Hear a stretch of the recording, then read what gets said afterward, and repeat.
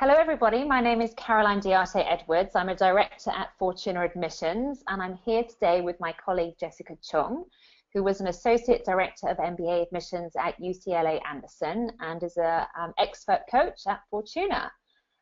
So Jessica, we wanted to talk about how to address a gap in your resume. It's not uncommon that candidates to business school have a period that's not easy to address in their professional track record or academic track record. And so, it often comes up in discussions with our clients. So what advice do you give on that topic? Yeah, so, if you do have a gap, on employment or on your resume, I think it's best to not allow the admissions committee to come up with any of their own kind of conclusions, because they can think about lots of reasons why there's a gap in that resume. We can use our imaginations. I remember when I was at Anderson, I had to think, well, what were they doing during that time? Yeah. And so what I think is always best is just to kind of, address it up front. And I think the best place to do so is to do it in the optional essay if that is, an option that you have in the application. And so it doesn't have to be super long. You don't have to go into every single minute detail. But I think if you just provide some context as to why you have that gap and what you were doing during that time, maybe you got laid off, maybe you were switching careers, or there was some illness or something, personal matters going on, then at least the admissions committee knows they have that context and they have that understanding as they're considering the rest of your application and going forth from there. And so I think, it also just kind of comes across as you're being, you want to be honest and truthful, and you want to address, the reasons why you think, or the reasons why, this particular area and time might, cause a concern. And so basically, I think that that optional essay can be a great place to be able to address that particular point. Yeah, absolutely. And I remember seeing applications myself when I was working at INSEAD where the candidate would have a gap and they hadn't addressed it, as you say, and it's as if they're kind of hoping that no one will notice, but file readers are really expert at putting together the whole picture and scrutinizing that and checking the chronology of what you've done and how it matches what you say, what you've got on your resume, what you've got on your application form. And if there are gaps, then they need to know about it. And often then the admissions team will follow up with the candidate and specifically ask, so please tell us what you're doing in that year or what you're doing in that 6-month period that's not covered in your resume. And it's better to, as you say, address it up front so that they're not having to chase that information, or even worse, as you say, second guess what you were doing or not doing during that time.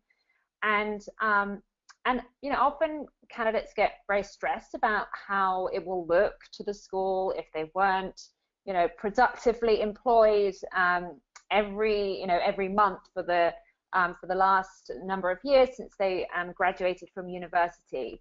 But the schools, as you said earlier, the schools are looking at the holistic picture of your profile, and so they will take a perspective on how you've evolved over time, and if you can demonstrate progression and you can demonstrate achievement, especially in the last year, the last 2 years, that's the period where they'll be most interested in really scrutinizing your career and understanding what you've done. And so if there is a gap some time back, then especially if it's a few years ago, it's really not, it should not be an issue that they spend a lot of time on.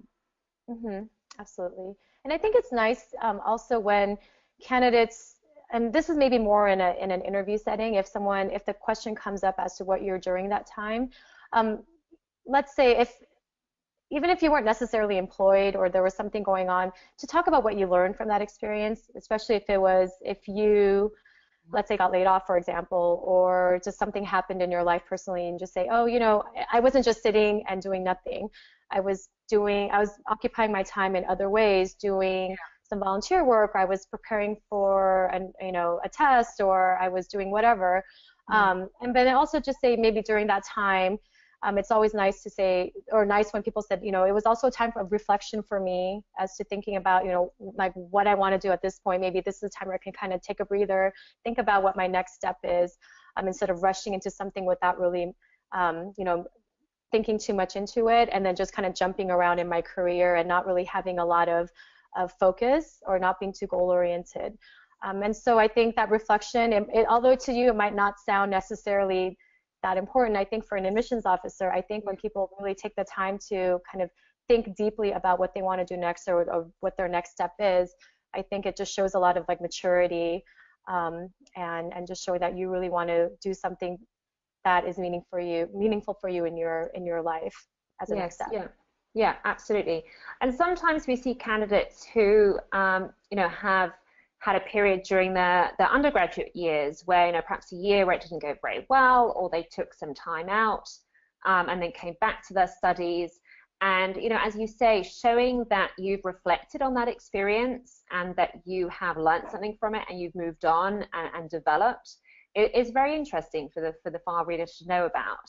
And so, you know, addressing it head on, but also, you know, sharing your learning and how you've developed since then is a really useful way of tackling it in your profile and presenting that in your application. Mm-hmm. Exactly. Great. Thank you very much, Jessica. Okay. Thank you, Caroline.